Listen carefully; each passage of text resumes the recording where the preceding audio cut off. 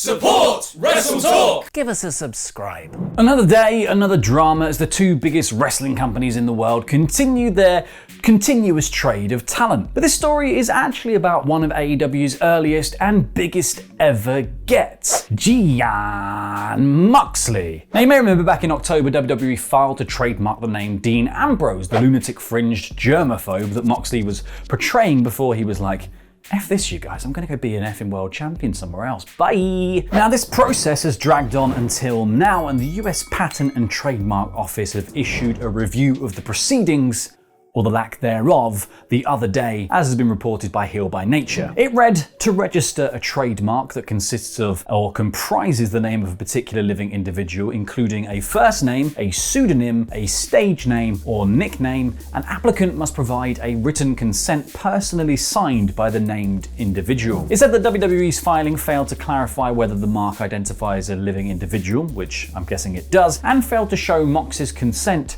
because they probably don't have it. I think muddying the waters here, though, is the fact that Dean Ambrose could be considered a TV show character rather than a stage name, depending on whether WWE is classing themselves as a TV production company or a theatre performance, or the producers of live shows. I also think Mox's lack of consent makes sense, considering the lack of love lost between John and WWE. So it's probably not exactly rushing to write his letter of consent. He's probably walking around his house singing, "You don't own me." But WWE has also had a number of other applications falter for this exact same reason, but this time on their own talent roster. Pete Dunne, Dominic Mysterio, Drew Gulak, and Tony Nese are all names they've tried to trademark. Now, admittedly, in the case of Nese and Gulak, those are their actual names, which I wouldn't give Vince control of. It's a little bit too The Witch from Spirited Away, if you ask me. But I mean, at least Sen did get perks for working at the bathhouse, and at least she counted as she was employed at the bathhouse. And Dunne and Dom were using their names before they joined WWE. Dominic's is basically his name. That's not the only trouble brewing in the W, as it is being reported by WrestleVotes that the card for WrestleMania 37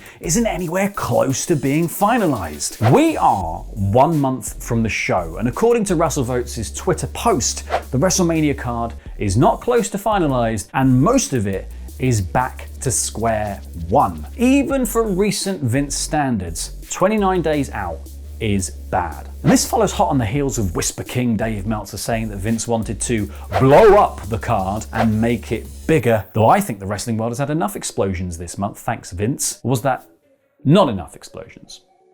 Bit of AEW sass there, you don't really get that with Ollie, so AEW sass. So as it stands, the only confirmed things for the show are Sasha Banks versus Bianca Belair and the frankly too obvious pairing of Roman Reigns and Edge. Now, Vince is reportedly keen to keep the card, or lack thereof, stumm, so nothing leaks like the Bad Bunny and Priest versus Miz and Morrison match. Though that could be why it is assumed that there is trouble with the card in the first place, because Vinny Tightlips has reportedly restricted access to Mania info, so much so that only upper management properly know what's going on. A conflicting report has come out from Ringside News saying that this year's show of shows is all set. The card is locked in with no major revisions. And they cited a tenured member of creative staff who said things are strictly need to know, but it is all definitely finalized. I'll tell you who needs to know. This guy needs to know. So get properly excited. At the moment, nothing.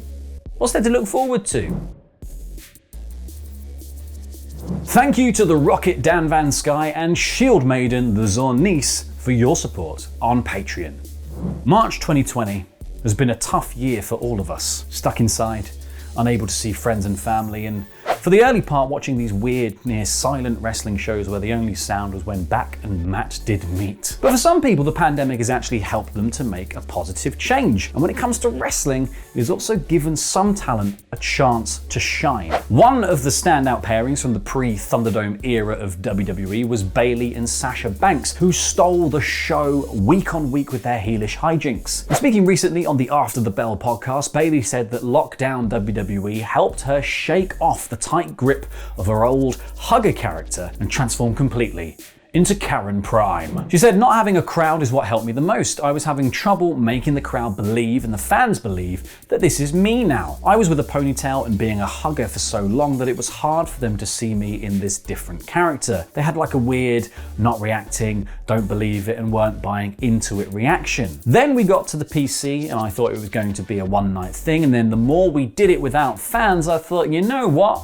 I don't have to worry about them. I can play off my opponents. I can play off Sasha, who's my tag partner. I mean, still worry about them a little bit though, babe, because they are the reason that you do what you do. It's a performance for fans." NXT this week was pretty eventful as we had the reveal of the NXT Women's Tag Team Championships, which went to Dakota Kai and Raquel Gonzalez, who then lost them to Shotzi Blackheart and Ember Moon in pretty short shrift. This, however, freed up Gonzalez to be challenged to an NXT Women's Championship match by Io Shirai, which is likely going to take place at the two-night extravaganza takeover Stand and Deliver. And guess what? There's a potential spoiler for that match because Brian Alvarez on Wrestling Observer Live said, "I don't know who's going to win the title and plans change all the time, but I heard months ago that Raquel is probably the one who is going to beat Shirai." Now, Io and Gonzalez have an aged beef as Raquel pinned Shirai in War Games to win the match for her team. Raquel's also been on a bit of a hot streak recently, beating Rhea Ripley and winning the Women's Dusty Cup, so she could definitely be the one to do it for sure. But she did also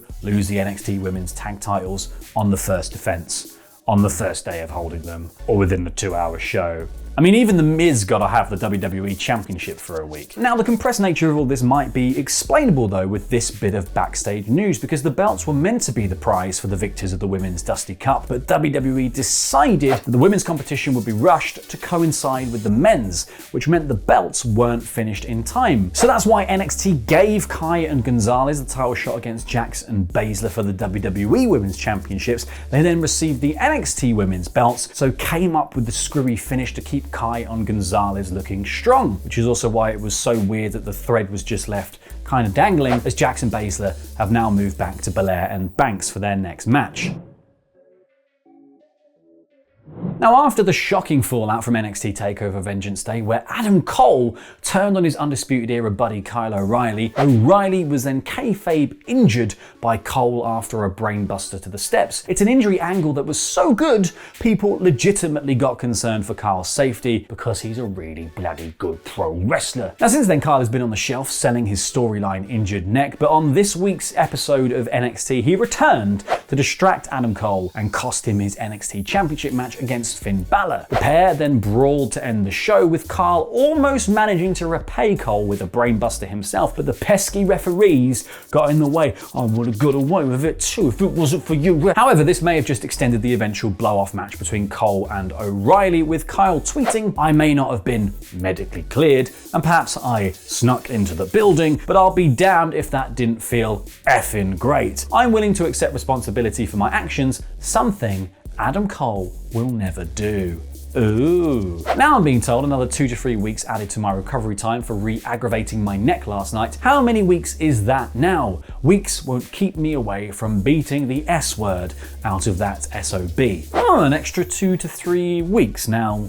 Wouldn't that make his recovery land perfectly in time for the 2-night takeover special just announced on this week's NXT, taking place on April 7th and 8th, called NXT TakeOver Stand and Deliver?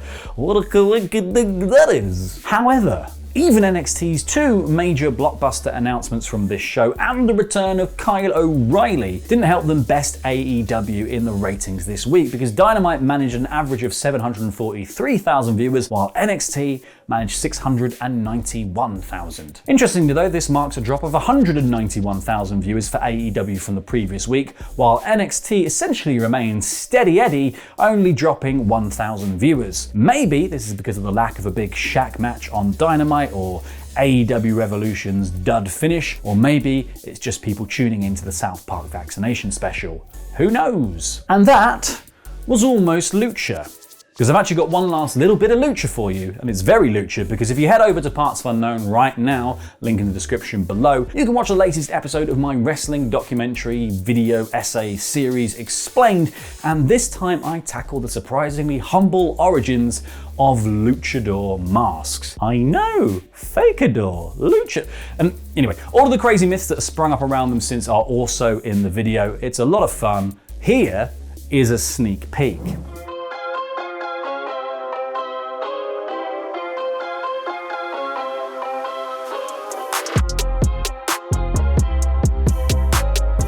don't know about you, but when I was a kid, the sight of a masked man leaping through the air doing seemingly impossible stunts spoke directly to some lizard part of my brain. Now, the fork-tongued whispers of wrestling, the well-told lie of good versus evil would always capture my imagination, but there was something about a luchador that had an extra magnetism. Maybe it was the insane aerobatics, because I am sorry, Mr. Cornette, but flips is cool, but I think it fundamentally came down to the mystique of the mask, because masks are worn by everyone who's anyone in geekdom. That's correct, Wendy. We all wear masks, metaphorically speaking. Yeah, but also, like, literally, because you got masked up superheroes, swashbuckling adventures, ninja turtles, which is a lizard brain bingo. Masks confer mighty powers that can save the day, and no one knows what lies behind the masquerade. Which means it can be anyone under the face covering, even you. And for kids especially, that's a pretty neat feeling. Pop on a mask and suddenly you are Rey Mysterio. But as masks are synonymous symbols of lucha libre, it's worth noting where they actually come from. Are they some sacred tradition that has been passed down through thousands of years? What do they stand for? And what powers do they confer? I'm Laurie, hailing from Parts Fun Known, and this is Lucha Masks Explained. And you can watch the full episode of Explained by pressing the video on the right now, or you can press the video below that to find out more about the possibility of divas returning to WWE. I know which one I want you to watch. I'm the champion.